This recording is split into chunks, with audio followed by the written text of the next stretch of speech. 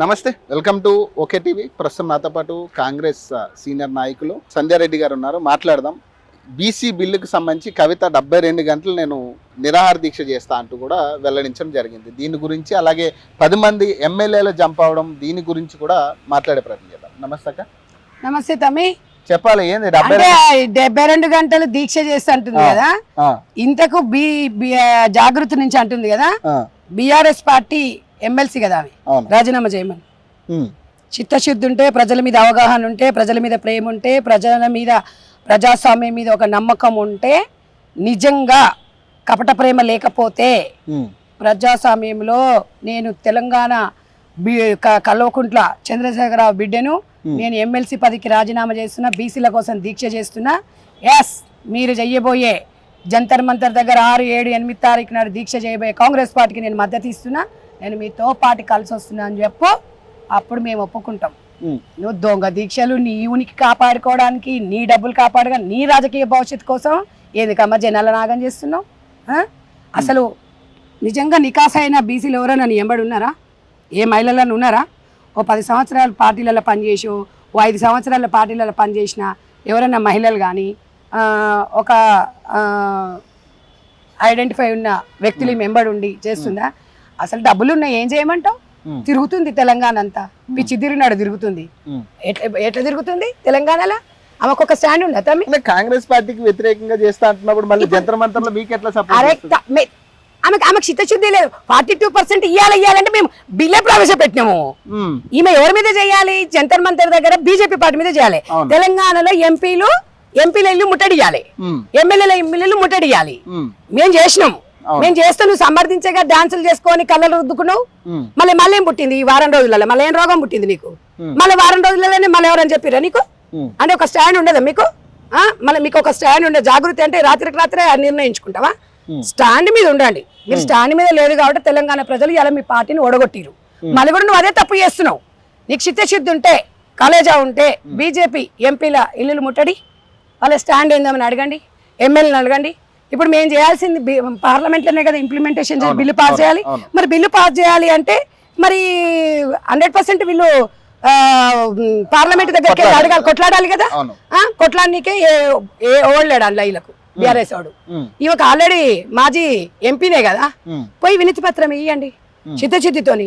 గిడపోయి ఊర్లలో ఏం తెలియని వాళ్ళ దగ్గర పోయేసి ఊకో ఏమైంది అని చెప్పేసి ఎలకల కాడ బాయిల కాడ ఇదేనా నీ రాజకీయం?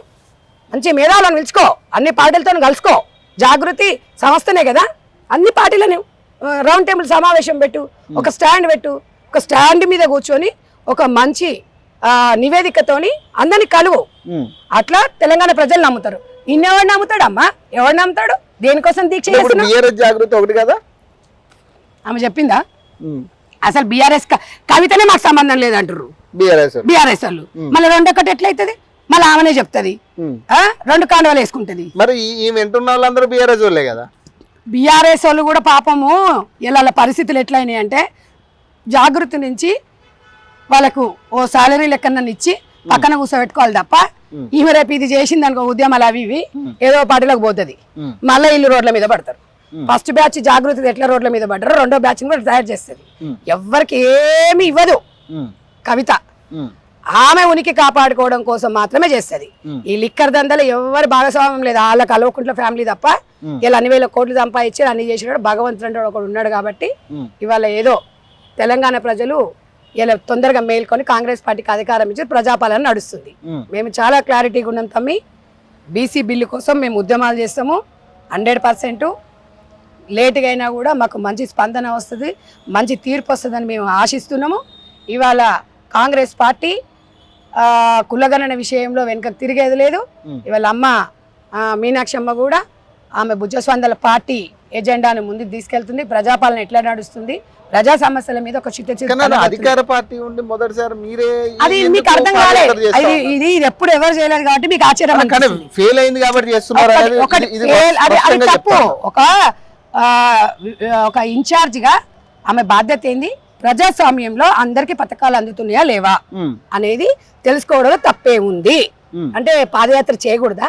అంటే పాదయాత్ర అధికారంలో లేకపోతేనే చేస్తారనుందా? రచ్చబండ కార్యక్రమాన్ని వైఎస్ రాజశేఖర రెడ్డి గారు ఎందుకు స్టార్ట్ చేశారు?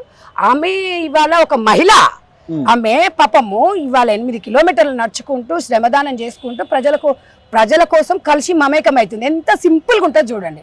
ఇలా పిసిసి గారు కూడా అమ్మతో పాటు ఇవాళ మంత్రులు శ్రీధర్ బాబు సార్ కానీ, ఎన్నికొండ సురేఖమ్మ కానీ, చాలా మంది మంత్రులు, మది యాష్క అందరు కలిసి వెళ్ళి పాదయాత్ర వీళ్ళకేం నొప్పితే నాకు అర్థం కాదు. ఫెయిల్ అయిందో పాస్ అయిందో ప్రజలు చెప్తారు. వీళ్ళకేం నొప్పి? మా ఇష్టం. మేము ఇక్కడ రేవంత్ రెడ్డి గారు ప్రజాపాలన చేస్తారు, మీనాక్షమ్మ పార్టీ గైడ్ లైన్స్ ప్రకారంగా ప్రజలకు ఉంటది. దాంట్లో తప్పే ఉంది? ఎవరైనా చేయొచ్చు పాదయాత్ర, నీ సమస్యను తెలుసుకోవచ్చు, తప్పే ఉంది. మొక్కలు నాటొచ్చు, అవగాహన కార్యక్రమాలు పెట్టొచ్చు, ప్రజలకున్న స్కీమ్స్ మీకు అందుతున్నాయో లేవో అని తెలుసుకోవచ్చు.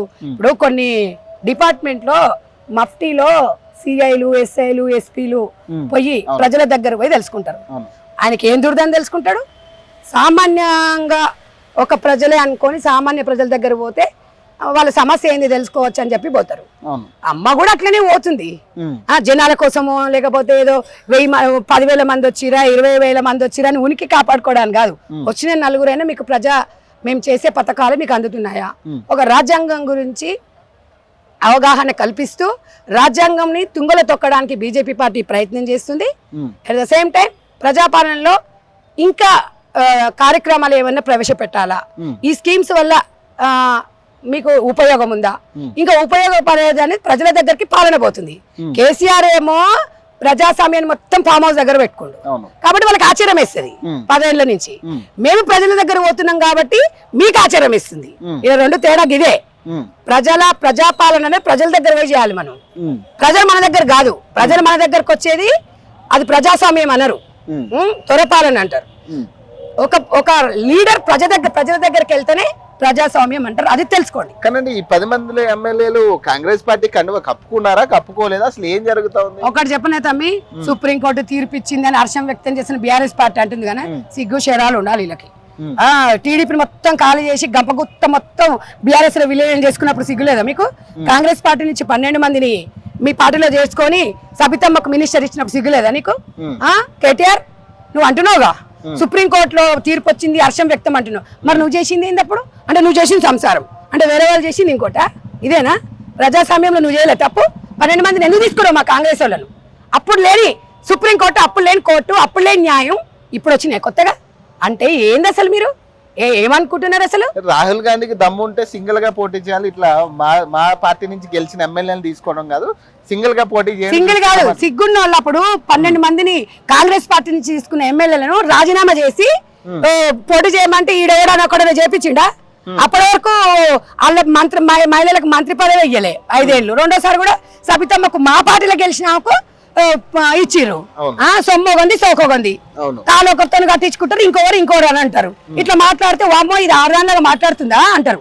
కాంగ్రెస్ పార్టీ గురించి మీరు మాట్లాడారు అనుకో, అంటే మీరేనా మాట్లాడేది? మంచి వ్యక్తి మాట్లాడితే మంచిగానే మాట్లాడతాం.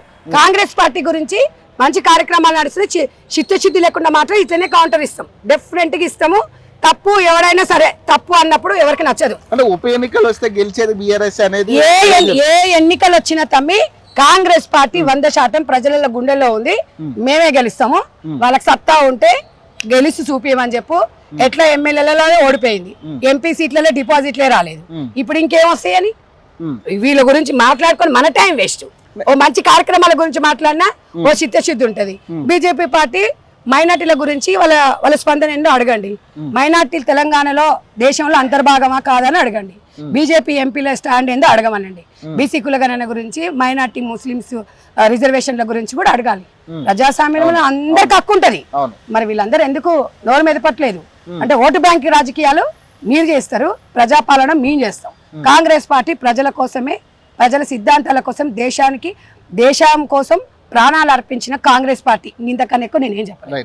సో మరిన్ని అప్డేట్స్ కోసం చూస్తున్నానండి ఓకే టీవీ.